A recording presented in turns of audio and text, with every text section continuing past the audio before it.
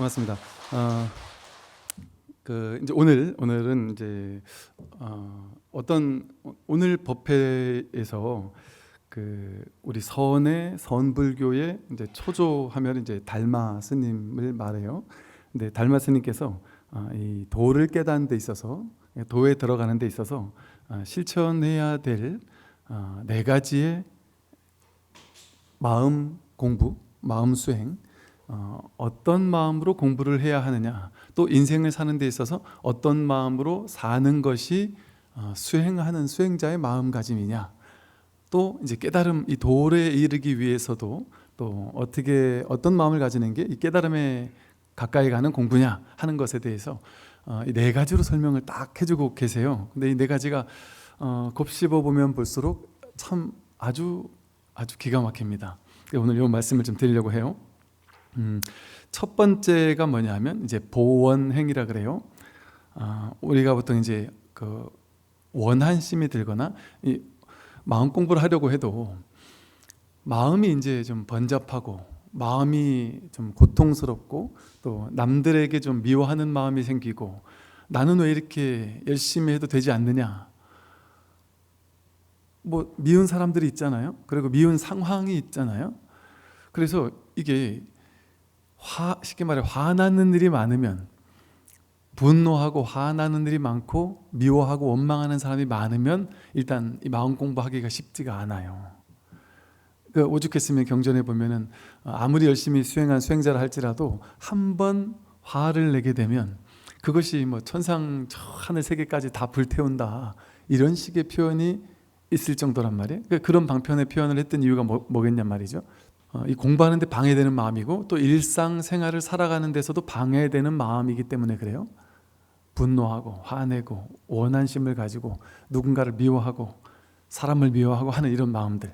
그런데 이것을 그러면 보통 이제 명상이라든지 보통 세상에서는 그런 게 나쁜 거다, 나쁜 거니까 하지 마라, 화내지 마라, 다 내 탓이다, 이렇게 얘기를 한단 말이에요.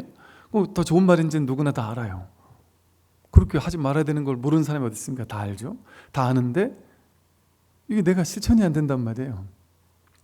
이게 이제 왜 내가 실천이 안 되는지, 그리고 이게 본인이 우리가 이 공부에 대한, 이 불교는 불교 공부가 되어가는 것을 안목의 변화라고 하거든요. 안목이 점점 이렇게 갖추어진다. 그래서 뭐 보통 이제 우리 유관, 천안, 해안, 법안, 불안 이래가지고 오안이라는 표현을 쓰기도 하죠. 그렇게 지혜의 안목, 이 유관만 가지고 있던 사람이 점차 이제 지혜의 안목을 갖추게 되고 또 법의 안목을 갖추게 되고, 그래서 결국 이제 부처님의 안목이 된다, 이런 표현이거든요. 즉 안목이 없으면 삶이 중생의 삶밖에 살 수가 없습니다. 그러니까 중생의 삶이 뭐냐면 탐진치 삼독이 내 인생을 끌고 가는 거예요. 나는 그러고 싶지 않은데 탐진치 삼독이 어쩔 수 없이 내 인생을 그렇게 끌고 가는 삶을 살게 된단 말이죠. 안목이 밝아지면, 내가 법을 보는 지혜가 생기면 세상이 이런 곳이구나, 내가 화를 내고 나서 화를 내지 말아야지 억지로 찍어 누르는 이거는 거의 별 도움이 되지 않아요. 억지로 하는 공부는. 그런데 안목이 밝혀져서 내가 진짜 화나는 줄 알았는데, 저놈이 진짜 나쁜 놈인 줄 알았는데, 그래 좀 분노, 원한, 화, 증오, 이것이 내가 없애야 되는 뭔 걸로 막 싸워야 된단 말이에요. 그것이 아니라 안목이 달라지게 되면, 안목이 바뀌어지게 되면 어떻게 되느냐? 저절로 싸울 일이 없었구나. 세상과 다툴 일이 없었구나. 남들을 미워할 일이 없었구나. 그게 그냥 저절로 자신의 안목으로 확인이 된단 말이죠. 그렇게 되다 보니까 저절로 보원행을 하게 된단 말이에요. 이 보원행의 첫 번째 나온 이유가 이제 여기 있어요. 우리 공부를 가장 방해하는 게 그런 번뇌망상, 사람들을 미워하고 싫어하고 원망하고 증오하고 분노를 일으키고 하는 그런 마음이기 때문에 그래요. 그럼 보세요. 왜 보원행이 쉽지가 않으냐? 왜 우리가 사람들을 미워하고 원망하느냐? 내가 진짜 있다고 생각해서 그래요. 화내는 내가 진짜 있고, 나에게 화를 돋구는 저 나쁜 놈이 진짜로 있다고 생각한단 말이에요. 이런 미운 사람이 내 바깥에 실제하고 그것 때문에 미움을 느끼고 있는 내가 실제한다. 이게 너무나도 당연하게 느끼다 보니까 당연하게 내가 누군가한테 그냥 당했는데 그 가만히 있는 사람이 있겠습니까? 욱하고 나갈 수밖에 없단 말이죠. 근데 우리 팔만대장경의 가르침이 뭐예요? 부처님 가르침의 핵심이 삼법인이라고 해서 법에 도장을 꽝 찍은 것 같은, 이거는 부처님 법이다라고 도장을 꽝 찍은 것 같은 가르침을 삼법인이라고 하잖아요. 무상고무하란 말이에요. 그러니까 이 세상 모든 것들이 전부 다 변해가잖아요. 변해가고 나라고 할 만한 고정된 실체가 있는 것이 아니라 이렇게 지금 이게 나라고 생각하잖아요, 우리는. 근데 이게 나라고 생각했는데 얘가 변해가면 어떡할 거예요? 계속해서 변해간다면, 계속해서 변해가는 걸 그걸 가지고 자기라고 말할 수 있겠습니까? 고정된 자아라고 할 수 있겠냔 말이에요. 그게 없으니까 무아라고 했단 말이에요. 제법 무아라고 했단 말이에요. 무상무아라고 했단 말이에요. 이것을 다르게 말하면 팔만대장경을 함축해 놓은 게 반야심경이고, 그걸 또 함축해 놓은 게 조견, 오온, 개공, 도일체고액 하는 부분이라 그랬어요.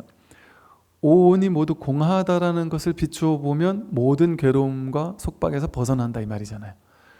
그러면 이 오온이 바로 나란 말이에요. 나, 내 몸과 마음을 오온으로 나누었단 말이죠. 즉 몸과 마음이 재행무상으로 무상하게 변해가기 때문에 나라는 고정된 자아가 없다, 실체가 없다 이 말이잖아요. 그게 오온개공이고 그게 삼법인이잖아요. 그게 반야심경의 핵심이거든요. 그럼 이런 것들을 제가 학교 다닐 때 공부할 때도 보면 교리적으로 공부를 했어요. 무상하게 변해가는구나. 또 머리로 공부했단 말이에요. 그럼 머리로 공부가 돼요 이게. 왜냐하면 계속해서 변해가지. 머리를 생각해보니까 변해가요 전부 다. 변해가는 건 내가 있니? 내가 없지? 이렇게 얘기를 하면 그치, 변해가면 내가 없는 거겠지. 머리로 이렇게 싹 이해를 한단 말이에요. 그러면 대충 이제 넘어가져요. 이해가 되니까 나 이제 삼법인 알았다 이런단 말이에요. 이해가 착착 되잖아요. 근데 이게 이제 이해의 수준에서 머물게 되면 그 자기에게서 확인된 게 아니란 말이에요. 체득된 게 아니란 말이에요. 내가 감각으로 자기가 삶에서 이게 확인됐다라는 건 무엇을 의미하냐면 머리로 무상무아, 무상고무아, 내 알겠다. 이거는 내 인생에 힘이 없는데 힘이 있다라는 걸 뭘 뜻하느냐 하면 가슴에서 와, 정말이네. 나는 이 몸과 마음 이게 난 줄 알았는데 어떻게 이게 내가 아닐 수가 있지? 정말이었네 이거. 이러면서 막 충격이 온단 말이에요. 놀라움. 정말이구나. 막 감탄사가 나온단 말이에요. 그러니까 머리로 알겠다 이렇게 하는 게 아니고 막 감정적 단어 같은 것으로서, 감탄사 같은 것으로서 이렇게 나오면서 이렇게 삶을 살아가는 데 있어서 내가 산다 이런 오래된 습관 때문에 그게 단박에 딱 떨어질 수는 없겠지만 이런 느낌이죠. 느낌적인 느낌으로 분명히 살고 있는데 내가 사는 것 같지 않고, 분명히 이렇게 나라는 게 분명히 있긴 있는데 이 몸이 나라는 것 같지 않은 어떤 묘한 감 같은 게 있단 말이에요. 이것이 머리로만 와닿는 게 아니라 뭔가 이렇게, 그래서 이런 표현을 써요. 이 공부는 머리에서 가슴으로 내려가는 이 짧은 여정이다 이런 표현을 쓰거든요. 머리에서 가슴으로 내려오는데 너무나 오랜 세월이 걸리죠. 머리로 이해할 때는 아 알았다 이렇게 끝나지만 이 가슴으로 내려온다는 건 뭐겠어요? 가슴에서 그냥 그렇구나 그렇구나 하고 동의가 되는 거예요. 저절로 그냥 내가 머리를 쓰지 않아도 그냥 가슴으로 이게 동의가 된단 말이죠. 그렇게 되면 삶의 변화가 찾아오죠. 그럼 보세요. 정말인가? 나도 있고 남도 있다. 이것이 나온 이유는 첫째, 내가 있다라는 것에서 나오거든요. 내가 있다라는 망상이 일어나면 내 바깥에 세계가 있다라는 망상이 같이 일어나요. 아집과 법집, 나와 세계는, 주관과 객관은 동시에 생겨나요. 내가 있다라고 한 생각이 일어날 때 내 바깥에 온 세상도 같이 있단 말이에요. 그럼 내가 사라지면 세계도 사라져요. 여러분 그 꿈도 꾸지 않는 깊은 잠에 빠졌거나 아니면 완전 기절을 했거나 그래서 한 생각도 일어나지 않았거나 그런 사람이 나다라는 생각이 있을까요? 그때 나라는 생각이 없죠. 그러면 나라는 생각이 없을 때 세계는 있을까요? 세계도 없죠. 기절했을 때 나와 세계가 없잖아요. 권투라든지 뭐 이런 대회 같은 거 하다 보면 한 방 크게 제대로 한 번 딱 걸려서 그러면 그 자리에서 그 멀쩡한 그 거대한 몸뚱이가 한 방에 그냥 푹 쓰러지잖아요. 근데 푹 쓰러지고 나면 완전 시체 덩어리 같아가지고 뺨을 때리고 소리를 지르고 해도 끄떡도 안 하죠. 한동안은 정신 돌아오기 직전까지는. 전쟁통에 있을 때 전쟁 전시에 그런 사례가 많이 보고되고 있거든요. 내가 팔 한쪽에 날아갔는데도 자기가 팔 날아간 줄 모르고 계속 전쟁을 하고 있는 거예요. 자기는 총을 쏘고 있다고 생각하고 있는 거예요. 왜 그럴까요? 몸이 나면, 몸이 아프면 내가 무조건 아파야 되는 거예요. 근데 내 정신이, 마음이 딴 데가 있게 되면 거기에 관심이 있지 이 몸에 관심이 없단 말이에요. 여러분 아플 때도 보면 몸이 아픈 거면 몸이 아플 때 내가 계속 아파야 되잖아요. 근데 여러분 다 경험해봐서 알 거예요. 몸은 분명히 아픈데 내가 갑자기 깊은 딴 생각을 하거나 갑자기 충격적인 어떤 일이 벌어졌거나 마음이 딴 데 팔려 있는 그 순간에는 아픈 걸 딱 잊어버리죠. 그러다 좀 이따 그 일 해결하고 나면 다시 아프기 시작해요. 이게 몸이 아픈 걸까요? 몸이 진짜 나을까요? 여러분 지금 눈으로 저를 보고 계시지만 여러분이 갑자기 예를 들어 지금 갑자기 3년 전, 5년 전 아니면 일주일 전에 어떤 엄청 스트레스 받았던 일이 갑자기 생각나서 막 힘들다든지 아니면 지금 갑자기 문득 일어난 생각이 이 얘기하면 안 되는데 얘기하면 또 그렇게 생각할까 모르겠는데 문득 일어난 생각이 아차 집에서 나올 때 가스불을 안 끄고 나왔다. 그 생각이 탁 일어나면 어떠겠어요? 제 말이 들리겠습니까? 저를 보고 있고 제 말을 듣고 있는데 제 말도 안 들리고 마음속으로 그 가스불 생각하느라고 제가 안 보이겠죠? 그럼 보세요. 그때 그렇게 머릿속에서 딴 생각을 하고 있을 때 눈으로 저를 보고 있는데 제가 없죠. 제가 안 보여요. 제 말을 듣고 있는데 제 말이 안 들리죠. 눈이 보는 거고 귀가 듣는 거면 귀가 있고 눈이 있으면 무조건 보고 무조건 들어야죠. 근데 이 마음이 하잖아요. 마음이 보고 마음이 듣잖아요. 그러니까 몸이 하는 게 아니란 말이에요. 또 몸이라는 것도 보면 어때요? 그 갓난아기 때 그 뽀송뽀송하던 피부가 지금 남아있을까요? 남아있지 않단 말이에요. 그러니까 이 몸뚱이는 달라진단 말이에요. 여러분 저의 외모를 보고 저를 지금 옛날에 봤던 1년 전에 봤던 한 달 전에 봤던 저랑 지금 나랑 똑같다. 1년 전에 봤던 법상 스님이랑 지금 법상 스님 똑같다 이렇게 생각할 수 있잖아요. 근데 이 겉에 피부는 이 살 꺼죽은 4개월에 한 번씩 바뀐다 그러거든요. 그러면 5개월 전에 저와 지금 저를 보는 이 저는 피부가 싹 바뀌었단 말이에요. 그거 신기하지 않아요? 몸은 무상하게 변해가잖아요. 이 재행무상 제법마가 이거잖아요. 그러니까 우리는 그래도 갓난아기 때 나, 10대 때 나, 20대 때 나, 지금 이 나이에 나 이거를 연결해주는 어떤 자아라는 고정된 실체가 있어서 그 실질적인 나라고 할 만한 알갱이가 하나 있어서 그게 이렇게 옮겨왔죠, 스님. 그것도 모르세요? 당연히 10대부터 20대, 30대 나라는 고유성 하나가 이렇게 딱 옮겨와가지고 겉모습은 바뀌어도 이건 안 바뀌는 거죠 라고 생각하는 사람이 있단 말이에요, 대부분. 근데 그게 바로 부처님이 그게 아니다라고 했던 말씀이란 말이에요. 그게 아트만 사상이에요. 인도 힌두교의 브라만교의. 불교는 인도 브라만교에서는 이 아트만이라는 고정된 자아가, 변하지 않는 자아가 계속 옮겨갔다 그래요. 죽어도 얘는 죽지 않는다 그런단 말이에요. 그런데 불교 경전을 읽다 보면 불천이라는 사상이 있어요. 불천. 옮길 천자예요. 옮겨가지 않는다는 말이거든요. 10대 때, 20대 때, 30대 때, 40대 때로 옮겨가는 나라는 자아가 정해진 게 없다는 게 불교 가르침이에요. 그래서 초기 경전의 말에 의하면 업보는 있으나 작자는 없다라고 해요. 10년 전에 내가 누구를 한 대 때렸어요. 아니 돈을 빌렸어요. 그 10년 후에 만나도 걔한테 돈은 갚아야 되죠. 업보는 있어요. 근데 10년 전에 내가 돈을 빌릴 때 걔가 빌렸잖아요. 근데 지금의 내가 그때 걔가 아니라면 그래도 갚긴 갚아야 돼요. 업과 보의 연결성은 있기 때문에. 그런데 업을 지은 자라고 정해진 지은 자가 없고 업을 받는 자라고 정해진 받는 자가 없어요. 그러나 돈은 갚아야 돼요. 그러니까 어쩔 수 없이 나라는 것은 있는 것도 아니고 없는 것도 아니다. 이런 식의 중도적인 언어로밖에 표현할 수가 없어요. 자기가 진짜 자신의 삶을 보세요. 진짜 그러네. 이게 신기하지 않아요? 어릴 때 내 몸 그건 완전 다 없어진 거 아니야. 난 새로운 걸 먹으면서 내 몸은 자꾸 달라지고 있는 거 아니에요? 이처럼 이 몸이라는 것은 계속 바뀌어요. 우리는 조금씩 바뀌고 우리는 생활 습관이라는 게 있잖아요. 자기마다 습이 있잖아요. 습관이 있으니까 그 습관대로 계속 유지하니까 몸이 확 바뀌지 않는 거죠. 근데 이것도요. 업습대로 움직이지 않고 업습을 확 뒤바꿔 놓잖아요. 그럼 몸이 순식간에 확 바뀝니다.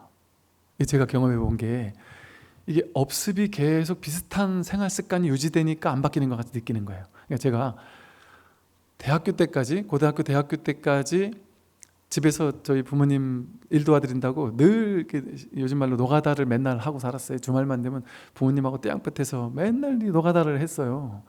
그러니까 얼굴이 탄 게 돌아올 만하면 또 타고 돌아올 만하면 또 타고 뭐 그런지 모르겠는데 하여간 저는 어릴 때부터 새까맸어요. 얼굴이 새까맣고 버짐투성이어서 버짐투성이 항상 그게 이게 안 없어지더구만요. 그 고등학교 대학교 때까지 그 저는 얼굴이 새까만데 하얗다. 이게 뭐냐면 군데군데 허옇고 새까매. 그 새까만 게 이게 항상 저의 정체성 같은 거였어요. 그런데 대학교 졸업반쯤 됐을 때 제가 딱 출가를 했단 말이에요. 그런데 절에서 한 6개월쯤 지난 어느 날 제가 그 절에 갔을 때 제 이제 1년 선배 스님이 한 분 있었는데 이 스님이 뭐 병자 같은 거예요. 병 걸린 사람 같이 얼굴이 남자 같대. 얼굴이 저게 뭐냐 할 정도로 얼굴이 하얘도 너무 하얀 거예요. 광이 나게 하얀데 하얘도 남자가 너무 하얘니까 막 이상할 정도로 하얄 정도로 뽀얗고 하얗더라고요. 그래서 야 남자가 뭐 저러냐. 제가 새까만 걸 아니까 속으로 그 생각을 했죠. 그런데 제가 그 절에서 은사 스님 모시고 시봉하고 다니고 절에서 태어나서 처음으로 풀만 먹고 몸에 좋은 음식만 먹고 규칙적으로 새벽 3시 일어나서부터 기도하고 연불하고 공부하고 법문 듣고 하면서 공부만 하면서 그냥 아주 좋은 음식 먹고 안 좋은 음식은 구경도 못하고 살았죠. 산 중턱에 살았으니까. 그건 부처님 법만 공부하며 살았잖아요. 6개월이 딱 지난 어느 날 저는 태어나서 한 번도 그런 얘기를 들어본 적이 없는데 딱 출가한 지 6개월째 되는 어느 날 어떤 보살님이 야 스님 어떻게 남자 얼굴이 이렇게 하얘요? 이렇게 뽀송뽀송하고 하얘요. 애기 피부 같아. 이런 얘기를 듣고 제가 이분이 지금 장난치는 거겠지? 그래서 제가 너무 진짜로 얘기를 하길래 왜 이럴까 싶어서 진짠가 싶어가지고 아이 보살님 저 스님 저걸 보고 하얗다라는 거지 이렇게 그랬어요. 이렇게 얘기를 하니까 또 제 자랑 같네. 제 자랑이 아닙니다. 이거 비유를 어쩔 수 없이 드는 거예요. 근데 그 보살님이 스님 저 스님보다 스님이 더 하얘요. 더 하네요. 더 하얘요. 이렇다는 얘기를 하는 얘기를 듣고 제가 깜짝 놀랐어요. 그 이후로 보니까 저를 오랜만에 만난 사람 전부 다 얼굴이 이렇게 달라지냐고 사람이. 제가 야 이게 진짜 이게 출가의 힘이더라고요. 제가 그렇다고 그 순간에 제 공부에 견처가 확 달라지는 이런 것도 아닌데, 절에서 먹는 거 달라지고, 그냥 규칙적인 생활하고, 그렇게 사는데, 그렇게 사람이 확 달라질 수 있더란 말이죠. 왜 그렇겠습니까? 제가 20년 동안 제 인생을 사는 동안은 같은 생활 습관을 주로 유지하며 살았을 거 아니에요. 같은 생활 패턴을 유지하며 살았을 거 아니에요. 그러니까 안 달라지는 거예요. 근데 우리도 이렇게 출가같이 어떤 충격적인 하나의 삶의 변화가 딱 찾아오잖아요. 그러면 몸이 바뀐다니까요. 아픈 것도 멀쩡해질 수도 있고. 이것처럼 몸이라는 것은 내가 안 변하는 것처럼 느끼는 이유는 내가 계속해서 그 습관에 굳어져서 살아서 그래요. 업습에, 업장에 끌려다니며 살기 때문에 그래요. 그 삶의 경험이 달라지면, 업이 달라지면 몸도 달라져요. 성격도 달라집니다. 제가 출가 이전에 만났던 옛날 친구들 있을 거 아니에요? 출가 이전에 만났던 친구인데 어찌어찌 같이 출가했던 친구들 중에 보면 얘가 출가 전에 저렇게 괜찮은 친구 아니었는데 싶은 친구도 있을 거 아니에요. 근데 출가하고 나서 몇 년 지나면서 이렇게 지켜봤을 때 정말 사람이 어떻게 저렇게 사람이 생판 달라질 수가 있지? 싶을 정도로 완전히 성격이 달라진 친구들이 있어요. 너무나 정말 진짜 여법하게 달라진 그런 분들이 계셔요. 그런 걸 보면서 이렇게 정해졌다라는 건 진짜 거짓말이구나. 사람이 정해질 수가 없어요. 성격 정해진 것 같지만 정해지지 않아요. 이처럼 무상하게 변해가는 데는 내가 없습니다. 여러분 개성, 여러분 자기 성격, 외모, 능력, 그게 자기라고 여기잖아요. 그거 자기가 아니에요. 그냥 그 비슷한 삶의 상황이 계속 유지되다 보니까 그게 유지되는 것처럼 착각돼서 나의 정체성이 굳어진 것뿐이에요. 자아라는 정체성이 없습니다, 원래. 그래서 옛날 영화나 이런 거 보세요. 여러분 전쟁이 나잖아요. 제가 군승법사를 좀 하면서 전쟁 관련된 이야기들을 좀 여기저기서 주워 듣다 보니까 전쟁이 나잖아요. 사람이 너무 착하던 군인이 전쟁이 나가지고 한 6개월 옛날 전쟁은 얼마나 더 심했겠어요. 그럼 막 그 지역 정복하면은 그 지역을 막 정복해가지고 다 약탈하고 온갖 나쁜 짓은 다 할 거 아니에요. 처음에는 절대 사람을 죽이지 못하고 나쁜 짓 못하던 사람도 거기서 몇 달만 거기 있어 보세요. 막 제일 먼저 가서 그런 짓을 하지 않겠어요? 왜 그럴까요? 나라는 고정된 자아가 없어요. 착한 나라는 게 정해져 있지 않아요. 착한 나도 상황이 달라지면 나도 거기 맞춰져서 달라지게 돼 있어요. 착한 나, 못된 나 이런 게 정해진 게 아니기 때문에 그래요. 이게 바로 무상과 무아예요. 나라는 고정된 실체적 자아가 없습니다. 몸도 내가 아니에요. 몸 계속 세포가 달라지잖아요. 계속 달라지잖아요. 어떻게 내 몸이라고 할 수 있어요? 성격 계속 바뀌잖아요. 감정도 계속 바뀌잖아요. 옛날에 어느 시기에는 우울했는데 이제는 그게 좀 다 나았어 하는 사람도 있단 말이에요. 나는 너무나도 밝고 쾌활한 사람이었어 했는데 갑자기 갱년기가 찾아오고 갑자기 우울해진 사람도 있단 말이에요. 그럼 보세요. 가만히 보십시오. 성격, 자기 생각, 견해, 가치관, 의지, 의식, 내 몸 전부 다 바뀌잖아요. 그런데 안 바뀌는 게 하나 있어요. 안 바뀌는 게 하나 있는데 이거는 하나 있다라고도 할 수 없고 없다라고도 할 수 없는 측면이 있는데 방편으로 일단 있다고 얘기해 볼게요. 뭐가 안 바뀌는지 이게 이제 이 마음을 깨닫는 힌트예요. 안 바뀌는 게 하나가 있는데 뭐가 안 바뀌었는지 너무 쉬워요. 보세요. 여러분 유치원 때나 10대 때, 초등학교 때나 중학교 때 여러분이 살았던 인생, 학창시절 막 제잘제잘 거리던 인생이 이렇게 지금 기억되죠, 그죠? 비춰지죠? 이렇게 여기서 한번 떠올려지잖아요, 그죠? 어릴 때 이런 성격이 있었고, 고등학교 돼서는 그 성격이 좀 바뀌었고, 대학교 돼서는 또 성격이 바뀌었고, 그럴 수 있잖아요, 그죠? 내향적이던 사람이 외향적으로 바뀌기도 하잖아요. 나는 내향적인 줄 알았어 이러고 이런단 말이에요. 초등학교 저학년 때 내향적인 줄 알았어 했는데 어느 날 보니까 내가 외향적이에요. 직장 생활하다가 어찌어찌 어떤 일을 내가 도맡아서 하는 일이, 주도하는 일이 생기니까 다시 외향적으로 바뀐 것 같아요. 이럴 수 있잖아요, 그죠? 그럼 보세요. 외향적인 성격, 내향적인 성격이 왔다 갔다 교차는 하는데 나는 내향적이야 하고 아는, 내향적인 줄 내 삶의 어떤 모습을 보고 얘가 아는 거잖아요, 그죠? 보고 아는 이 마음이 있잖아요. 이 마음이 나는 내향적이라고 알아요. 그러다가 이상하네, 내향적인 마음이 없어졌어, 그리고 난 외향적으로 바뀌었어 하고 아는 마음이 있잖아요, 그죠? 이렇게 내향성, 외향성이 왔다 갔다 하더라도 그런 줄 아는, 비추는 마음, 이걸 각성이라 그래. 각성, 알아차리는 마음, 알아차리는 성품, 이거는 늘 있죠. 감정이 나 갱년기 때문에 우울해 이렇게 얘기할 때 그 전에 우울하지 않은 줄 알고 있다가 어느 날 갑자기 난 갱년기 때문에 우울해 하고 우울함이 찾아왔어요. 난 요즘 너무 우울해 하고 알아요. 그러다가 또 행복하고 기분 좋은 일이 생기면 우울함이 떠나가고 나면 요즘에 우울함이 없어진 것 같아, 갱년기 없어진 것 같아 하고 알아차리죠, 그죠? 그럼 우울함은 왔다 가는 거죠. 느낀 감정 전부 다 왔다 가는 거잖아요. 근데 우리는 이렇게 전부 다 왔다 가는 거예요. 색수상행식이 전부 다 왔다 가는 거죠. 몸뚱아리 왔다 가잖아요. 느낌 왔다 가잖아요. 모든 느낌이 다 왔다 가잖아요. 수온, 상온, 생각 다 왔다 간단 말이에요. 표상작용이 다 왔다 간단 말이에요. 의지가 다 왔다 가요. 어릴 때는 이것도 하고 저것도 하고 이러고 싶다가 나이가 들면 다 하기 싫을 수도 있잖아요.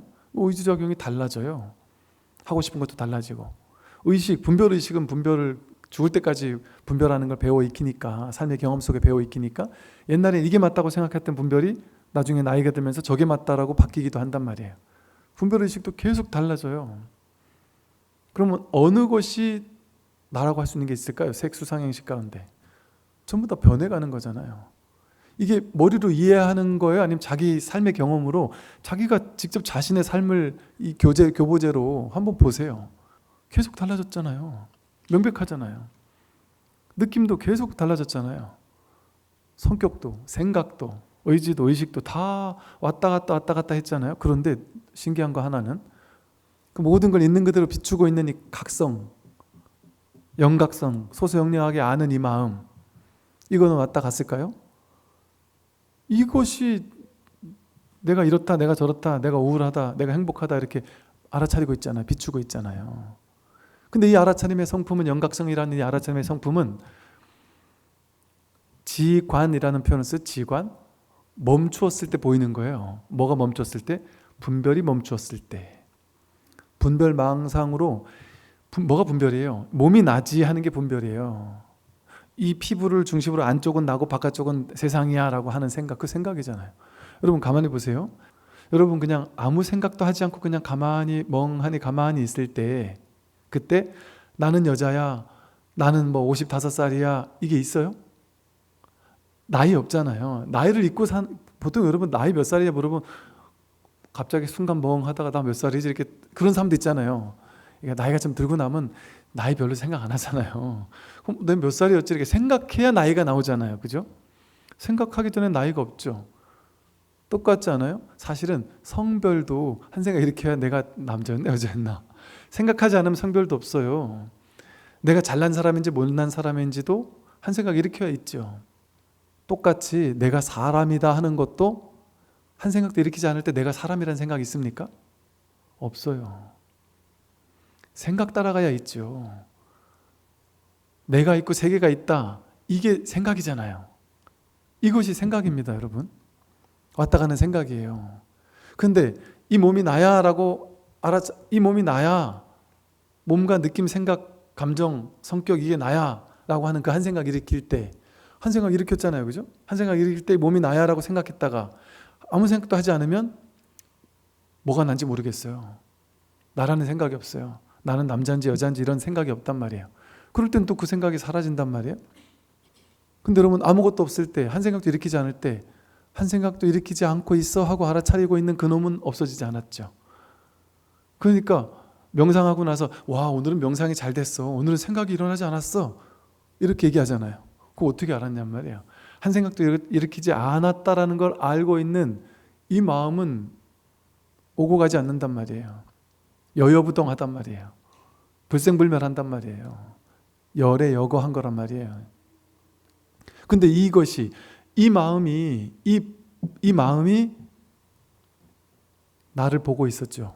늘 내가 행복할 때도 행복함을 이렇게 비추고 있는 마음은 이미 있었죠. 여러분 이런 경험 있을 거예요. 엄청난 통증이 있을 때 있잖아요.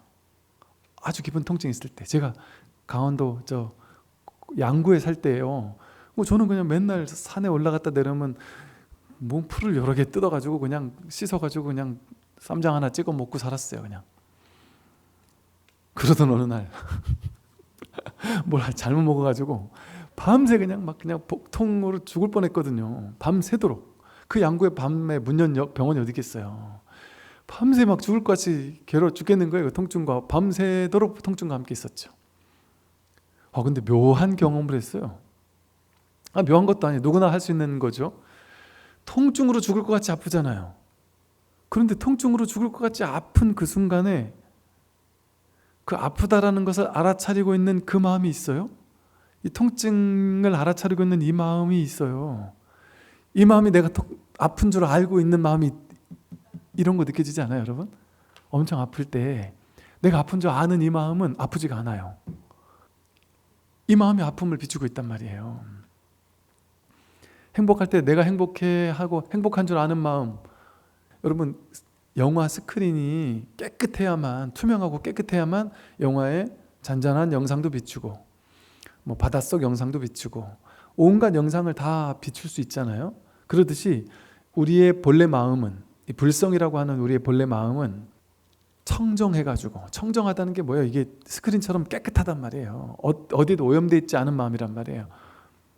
이 청정한 마음이기 때문에, 어디도 오염되어 있지 않기 때문에 모든 걸 비춘단 말이에요. 내가 괴로워할 때 괴로움도 비추고, 그러다 행복해하면 행복함을 비춰요. 또 이 텅 빈 바탕, 배경과도 같은 마음 위로 나가 왔다 가는 거 아니에요? 내 느낌도 왔다 가죠. 내 성격도 왔다 가죠. 개성도 왔다 가죠. 기분 좋았다 하는 느낌 왔다 가고, 싫은 마음도 왔다 가죠. 내가 누구야 라는 생각도 여기서 왔다 가죠. 내가 젊어 하는 것도 여기서 왔다 가죠. 내가 늙었어 하는 것도 여기서 왔다 가요.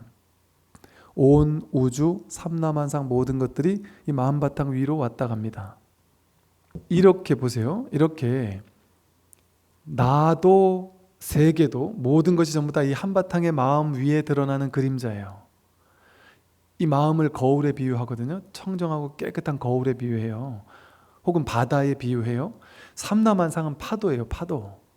바다 위에서 파도가 치듯이 이 삼라만상 모든 것들은 빌딩, 사람, 동물, 자연, 만물, 지구별, 하늘, 별, 구름 모든 것들은 전부 다 이 마음 위에 비춰진 거예요. 그림자예요. 이 마음에서 이렇게 드러나는 거예요. 그럼 여러분, 어젯밤 꿈과 비슷해요. 어젯밤 꿈에 좋은 놈 있고 나쁜 놈 있고, 착한 일도 있고 나쁜 일도 있고, 행복한 감정도 있었고 기분 나쁜 감정도 있었고, 나도 있고 세계도 있었잖아요. 근데 꿈속에서는 내가 이 세상에서 잘 살아봐야지 하고 열심히 돈 벌고 노력하며 살았을 거 아니에요. 그리고 원수도 있고 친한 사람도 있었을 거 아니에요. 그런데 아침에 꿈을 딱 깨고 나니까 어때요? 어젯밤에 있던 그 우주 전체가, 나를 포함해서 나와 남과 그 꿈속에는 세상 전체가 하나의 내 마음이었죠. 내 마음 위에 비춰진 이미지, 그림자잖아요. 꿈 전체가. 꿈의 세계에서 만날 수 있는 모든 사람이 전부 다 그런 독자적인 사람이 아니었단 말이에요. 이것을 꿈을 깨면 너무나 명백해. 모두에게 명백해요. 이거 물을 필요도 없어요. 진짜인지 가짜인지 물을 필요도 없어요. 너무나 명백해서. 이 현실 세계는, 지금 우리가 살고 있는 이 현실 세계는 자기 분별의식이 꾸는 꿈입니다. 명백하게. 식작용 이렇게 표현해요. 분별의식 이러잖아요. 이 세상 삼라만상 전체가 자기 분별의식이란 말이에요. 의식이 만들어낸 세계에 만법 유식이라고 해서 의식이 이렇게 펼쳐낸 거예요. 근데 펼쳐져 있는 모든 것들, 나와 세계와 모든 것들은, 이걸 다른 말로 생멸법 이렇게 불러요. 생겨나고 사라지는 것들, 법이라는 건 어떤 존재, 있다고 여기는 모든 것들, 그걸 법이라 그러거든요. 생겨나고 사라지는 것들, 이거는 전부 다 어떤 특징을 지니냐? 인연가합이에요. 인연이 가짜로 화합해가지고 있는 것처럼 보이는 거예요. 뿐이에요. 있는 것처럼. 진짜 있는 게 아니라. 이 세상 전체가 있는 것처럼 보일 뿐이에요. 내가 있는 것처럼 보일 뿐이에요. 진짜 있는 게 아니에요. 진실의 안목으로 보면 그렇게 보인단 말이죠. 그러니까 당연히 보원행을 하죠. 이 세상 모든 일은 전부 다 자기 일이에요. 내 마음 위에서 펼쳐진 일이에요. 이 세상 모든 것들이. 타인이 따로 없습니다. 꿈속에서 만났던 모든 사람이 꿈을 깨니까 전부 다 나잖아요. 내 마음에 펼쳐낸 거잖아요. 이 현실 세계가 전부 다 여러분 분별의식이에요. 여러분이 저놈 나쁜 놈 이러면서 막 화내잖아요. 그 저놈 나쁜 놈 하고 있는 이 마음이 저놈 나쁜 놈 하고 있잖아요. 누가 만든 거예요? 내가 만들고 있죠. 저놈 나쁜 놈을. 세상에 이건 좋고 저건 나쁘다라는 모든 그 분별의식 내가 만들었단 말이에요. 그러니까 세상에는 80억 인구가 있다면 80억 개의 다른 세계가 연계해 있어요. 저마다 자기가 만든 세계 속에, 분별로 만든 세계 속에, 가상의 세계 속에 자기가 가상의 나를 만들어서, 가상의 우주를 만들어서 그 속에서 지금 게임하고 있는 거예요. 그러니까 사실은 보원행위라는 게 뭐라 했냐면, 원한 남들을 미워하고 싫어하고 시기하고 질투하고 막 이러는 마음, 그게 있을 수가 없단 말이에요. 저절로 이 안목이 있으면 모두가 다 내 마음인데요. 나를 미워하는 저 사람도 내 마음인데요. 이 세상이 통으로 다 이 한마음 안의 일이란 말이에요. 그럼 다 내 일이에요. 모든 일이 다 내 일이에요. 그래서 남들을 원망하는 마음이 없어요. 남들을 원망할 수가 없어요. 다 자기 마음에 드러난 그림자인데 누구를 원망하겠고 누굴 미워하겠어요. 타인을 돕는 것은 곧 나를 돕는 거예요. 다 내 마음 하나이기 때문에. 저절로 보원행위 되고요. 두 번째가 수연행위예요. 인연에 순응하는 삶을 산단 말이에요. 수연행. 인연 따라 산단 말이에요. 즉 인연 따라 살되, 이 세 번째가 무소구행이라고 해서 모든 일에 그냥 생각이 푹 쉬어가지고 구하지 않는 행을 한다는 거거든요. 따로 구하는 바가 없이 그냥 인연 따라 산단 말이에요. 무소구행과 수연행을 하고 사는 거예요. 우리가 왜 괴로울까요? 본래 이 세상은 꿈과 같아서, 여러분이 꿈속에서 이게 꿈이구나라고 알고 꿈을 꾼다고 생각해 보세요. 자각몽을 꾼다고 생각할 때 내가 지금 꿈을 꾸고 있어요. 근데 이게 지금 꿈이에요. 좀 이따 내 마음대로 내가 깨고 싶으면 마음대로 깰 수 있어요. 이게 꿈인 줄 아니까. 그럼 그 꿈속에서 열심히 일해가지고 성공해야지, 돈 벌어야지, 저 강남에 아파트 하나 사야지, 내 자식 시험 잘 봐야 되는데, 이런 생각 하겠습니까? 꿈속에서 내가 싫어하는 사람한테 가서 막 원한 갚아야지 이런 생각 하겠어요? 전혀 그런 생각을 안 해요. 그냥 주어진 꿈을 그냥 사는 거예요. 그냥 인연 따라, 인연에 내맡긴 채 그냥 사는 거예요. 꿈의 내용물을 바꾸려고 하지 않는단 말이에요. 그런데 안목이 없으면 어때요? 이 공성에 대한 안목이 없으면 나도 진짜, 세계도 진짜, 나한테 욕하는 저놈도 진짜, 내가 열심히 하면 내 인생을 잘 살 수 있어, 나에게 달려있어, 이거를 그냥 기정사실한단 말이에요. 나에게 달려있다라고도 할 수 없고 나에게 달려있는 게 아니다라고도 할 수 없어요. 사실은. 왜?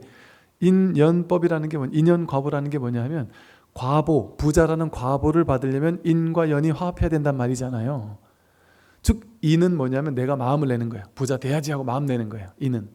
그런데 인 가지고만 과가 펼쳐지는 게 아니에요. 인은 씨앗을 심는 거예요. 근데 수많은 연이 도와줘야 돼요. 토양이 있어야 되고요, 물도 줘야 되고요, 햇볕도 있어야 되고요, 날라와가지고 새가 콕 쪼아가지고 먹지도 않아야 되고요. 수많은 연들 가운데 하나만 어긋나도 이게 싹을 틔울 수가 없어요. 내가 아무리 인을, 씨앗을 심었어도. 그러니까 인 가지고만 되는 게 아니란 말이에요. 근데 씨앗조차 심지 않으면 아예 결과가 일어나지 않으니까 그래도 씨앗은 심어야 돼요. 노력은 해야 되는데 연은 나에게 달린 게 아니에요. 이는 나에게 달렸지만. 그러니까 그 말은 뭐겠어요? 과보가 오는 건 나에게 달린 게 아닌 것도 아니고 나에게 달린 것도 아니고. 그럼 어떻게 하면 될까요?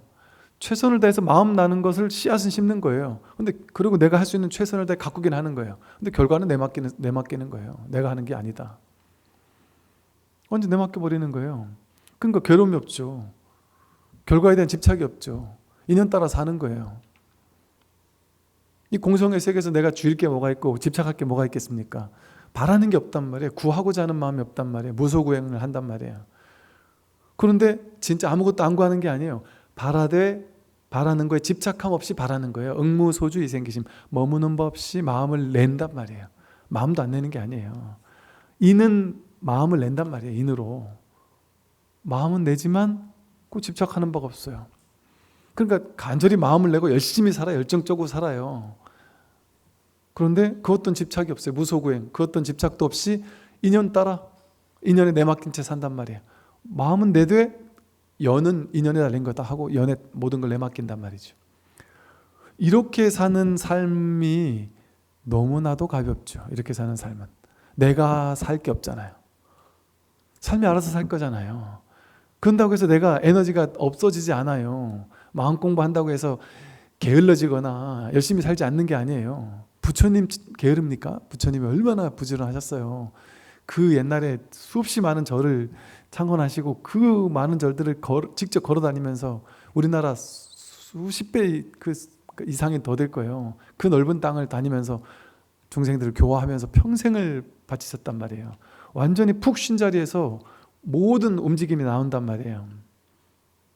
이 공의 자리에서, 이 자기라는 진짜 이 깨달은 자리에서, 이 자리에서 뭐든지 나오는데, 그렇게 나오는 것은 무위행이라서, 내가 하는 게 아니라서 법이 하는 거예요. 내가 사라졌단 말이에요. 그러니까 해도 한 바가 없어요. 에너지 낭비가 없어요. 마치 갓난 애기들처럼 그냥 신가지건 신나게 논단 말이에요. 최선을 다해서.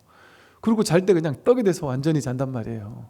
그리고 눈을 딱 뜨면 또다시 또 100% 논단 말이에요. 매 순간 그냥 삶을 완전히 연소하면서 최선을 다해 살아요. 그럼에도 에너지 낭비가 없죠. 그래서 수연행, 인연 따라 모든 걸 내맡기고 살아요. 내가 원하는 건 마음껏 원하면서 최선을 다해서 무엇이든 하면서, 그러나 결과는 완전히 인연에 내맡기고 살아요. 그리고 무소구행이라는 건 구하는 게 아예 없다는 게 아니라 그랬죠. 구하되 구하는 바 없이 구한다. 과도하게 집착하지 않고 구한다. 그러고 나서 마지막 네 번째가 칭법행이라 그래요. 법을 지칭하는 행, 이렇게 해석을 해보면 법을 지칭하는 행이 말이거든요. 법을 지칭한다, 법을 가리킨다 이 소리잖아요. 법을 다르게 말하면 선에선 마음이라고 불러요. 그래서 선불교를 다르게 말하면 직지, 인심, 견성성불 이러잖아요. 직지, 마음을 가리켜 보인다 이거예요. 법을 가리켜 보인다. 이 선이 법을 곧바로 가리키는 게 선이거든요. 선의 법문을 듣는단 말이죠. 왜? 선에서 어떻게 법을 가리킬까요? 이 삼라만상 모든 것이 전부 이 마음에서 나왔단 말이에요. 삼라만상 이 물질 우주가 있는 그 자리에 직해가지고 마음이 있단 말이에요. 공성인 이 마음이 있단 말이에요. 색즉시 공이고 수상행식이 역부여시란 말이에요. 이 마음 하나에서 삼라만상 모든 것이 나왔으니까 무엇을 가리키든 직진심 아닌 것이 없죠. 컵을 들어 보이는 것도 직진심이고, 여러분이 숨을 쉬고 길을 걷고 자동차가 빵 하고 지나가고 새가 짹짹거리고 고양이가 야옹하는 모든 것이 직진심 아닌 게 없단 말이에요. 그러니까 제자가 찾아와서 스님께, 스님 도대체 도가 뭡니까? 두 분이 이렇게 앉아있는데 앞에 마당 앞에 잣나무가 있었단 말이에요. 둘이 이렇게 잣나무를 보면서 얘기를 한단 말이죠. 도가 뭡니까? 저 뜰 앞에 잣나무다 이랬단 말이에요. 아니 그건 사물이잖아요. 사물을 물었습니까? 제가 법을 물었지? 그럼 그래 다시 물어봐라. 내가 사물을 대답하지 않는다. 법을 가르치고 보일 테니까 다시 물어봐라. 도가 뭡니까? 저 뜰 앞에 잣나무다. 거기서 깨달았단 말이에요. 왜 그럴까요? 첫 번째는 자기 분별의식 가지고 뜰 앞에 있는 잣나무의 모양을 봤단 말이에요. 그런데 두 번째 뜰 앞에 잣나무다 했을 땐 뜰, 앞, 폐, 잣, 나, 무 하나하나가 전부 다 이 마음이란 말이에요. 이 마음에서 뜰, 앞, 폐, 마음에서 계속 나오고 있잖아요. 이렇게 여기서 이게 살아있음이 나오잖아요. 이게 진짜 살아있는 거예요. 몸과 마음이 살아있는 게 아니에요. 여러분 지금 죽었습니까? 살아있죠? 어떻게 알아요? 좀 이렇게 듣고 있잖아요. 근데 뭐가 듣고 있어요? 귀가 듣고 있는 게 아니라 그랬죠? 이 마음이 듣고 있단 말이에요. 그런데 이걸 듣고 해석하고 있는 건 그럼 자기 마음이 아니에요. 분별심이지. 진여심이 아니라 생멸심으로 해석, 판단, 분별하고 있단 말이에요. 그 생멸심, 분별하는 마음 말고 이 첫 번째 자리에서 먼저 듣고 있단 말이에요. 이거를 바로 가리켜 보이는, 그래서 이 자리에서 모든 행이 나오는, 그걸 칭법행이라 그래요. 이 법에서 삶이 나온단 말이죠. 그래서 이 달마 사행론에 이렇게 보면 아주 쉬운 것부터 시작해서 보원행이라는 쉬운 것에서부터 시작해서 수연행, 무소구행을 통해서 결국에 칭법행이라고 해서 법, 마음 이 자리로 갈 수 있도록 이끄는 4가지 실천의 방법을 이렇게 설하고 계십니다. 오늘 여기까지 말씀드리도록 하겠습니다. 성불하십시오.